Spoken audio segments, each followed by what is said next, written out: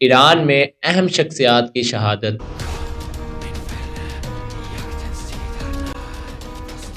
اگر ایرانی فورسز اپنے میزائل اور ڈرون محفوظ رکھ سکتی ہیں تو اپنی قیادت کو کیوں محفوظ جگہ منتقل نہیں کر پاتی؟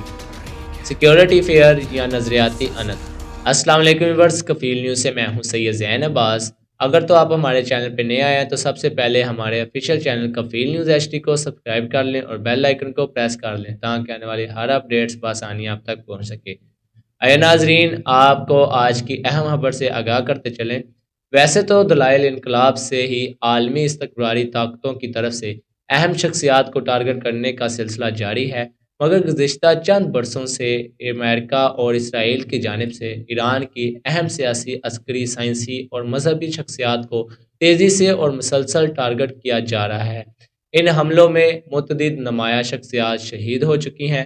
اسی تناظر میں دنیا بھر میں چند سوالات بار بار اٹھائے جا رہے ہیں۔ کیا ایرانی انٹیلیجنس کی ناکامی ہے؟ کیا ایران کے اندر بیرونی خفیہ اداروں جیسے موساد اور سی آئی اے کا گہرا نفوذ موجود ہے؟ اگر ایرانی فورسز اپنے میزائل اور ڈرون محفوظ رکھ سکتی ہیں تو اپنی قیادت کو کیوں محفوظ جگہ منتقل نہیں کر پاتی؟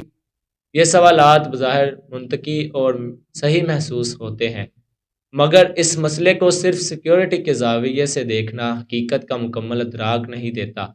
در حقیقت اس کا ایک گہرا فکری اور نظریاتی پہلو بھی ہے جسے سمجھنا بہت ضروری ہے۔ انقلابی قیادت کا نظریہ کیا ہے؟ یہ سب سے اہم بات ہے۔ اسلامی انقلاب کی قیادت نے ہمیشہ اس بات پر زور دیا کہ قائد صرف احکامات دینے والا نہیں ہوتا، بلکہ وہ اپنی قوم کے لیے عملی نمونہ بھی ہوتا ہے۔ اسی نظریے کو آیت العظمیٰ شہید سید علی خامنہ نے اپنی شہادت سے پہلے بہت واضح انداز میں بیان کیا تھا، جب انہیں بتایا گیا کہ دشمن ان کی جان کے لیے مکمل منصوبہ بندی کر چکا ہے اور انہیں محفوظ بنکر میں منتقل ہو جانا چاہیے، تو انہوں نے جواب دیا، جب تک 9 کروڑ عوام کے لیے بنکر یا محفوظ پناہ گاہیں نہیں بن جاتی، میں بھی عوام کے درمیان ہی رہوں گا۔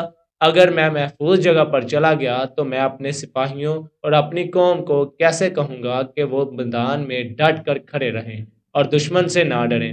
یہ محض ایک سیاسی بیان نہیں بلکہ انقلابی قیادت کا عملی فلسفہ ہے۔ مادی قیادت اور اسلامی قیادت کا فرق شہید قاسم سلیمانی نے بتلا دیا۔ دنیا میں قیادت کے دو بنیادی تصورات اور ماڈل پائے جاتے ہیں۔ ایک مادی طرز تفکر کی حامل قیادت۔ اس تصور میں لیڈر محفوظ کمروں اور بنکروں میں بیٹھ کر اپنی فوج اور قوم کو حکم دیتا ہے کہ وہ میدان میں جا کر لڑیں۔ اب دوسری طرف آتے ہیں اسلامی اور انقلابی قیادت۔ اس تصور میں قائد خود سب سے پہلے میدان میں کھڑا ہوتا ہے اور پھر اپنی قوم کو استقامت کی دعوت دیتا ہے۔ اسی فرق کو قاسم سلیمانی نے فارسی کی 2 اصطلاحات کے ذریعے نہایت خوبصورتی سے بیان کیا تھا۔ بڑھو جاؤ یعنی کمانڈرو دوسروں کو میدان میں بھیجتا ہے اور خود پیچھے رہتا ہے۔ بیا آؤ یعنی کہ قائد پہلے خود میدان میں آتا ہے اور پھر دوسروں کو دعوت دیتا ہے کہ تم بھی میدان میں آ جاؤ۔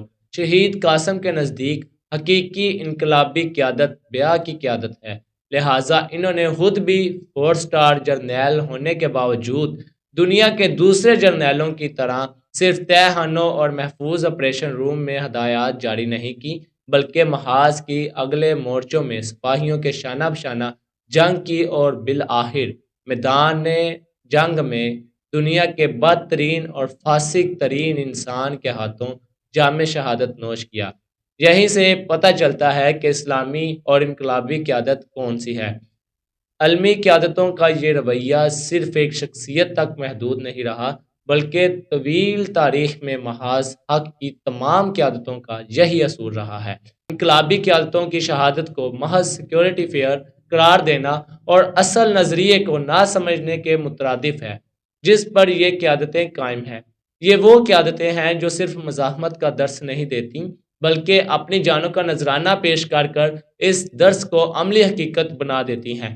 اس لیے ان شخصیات کو شہادت ایک کمزوری نہیں بلکہ ایک نظریاتی انتخاب ہے، ایسا انتخاب جو مادی سیاست سے کہیں بلند اور ایک علمی و انقلابی فکر کا مظہر ہے۔